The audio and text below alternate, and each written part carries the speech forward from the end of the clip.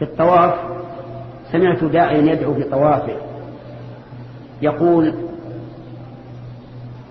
باسمك اللهم أحيا وأموت، اللهم بك وضعت جنبي وبك أرفع، فإن أمسكت روحي فاغفر لها وارحمها، وإن أمسكتها فاحفظها بما تحفظ به عبادك الصالحين.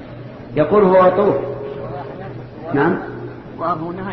قلت له: ما يصلح هذا دعاء للنوم، إذا كنت في سريرك فقل هكذا سرير النوم.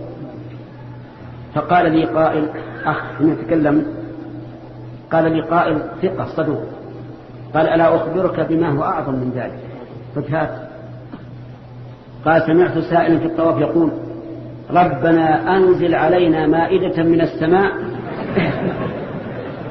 تكون لنا عيدا لأولنا وآخرنا وآت منك والبحر. فقال ثالث، وهم علماء أجلة، قال ثالث الطواف، قال ثالث: ألا أخبركم بما هو أعظم من ذلك؟ قلنا ها. قال: سمعت طائفا يقول: رب اغفر لي وهب لي ملكا لا ينبغي لأحد من بعدي. سبحان الله. فعجائب. فأقول ما في شك أنهم يريدون الخير، لكن ما كل من أراد الخير وفق له.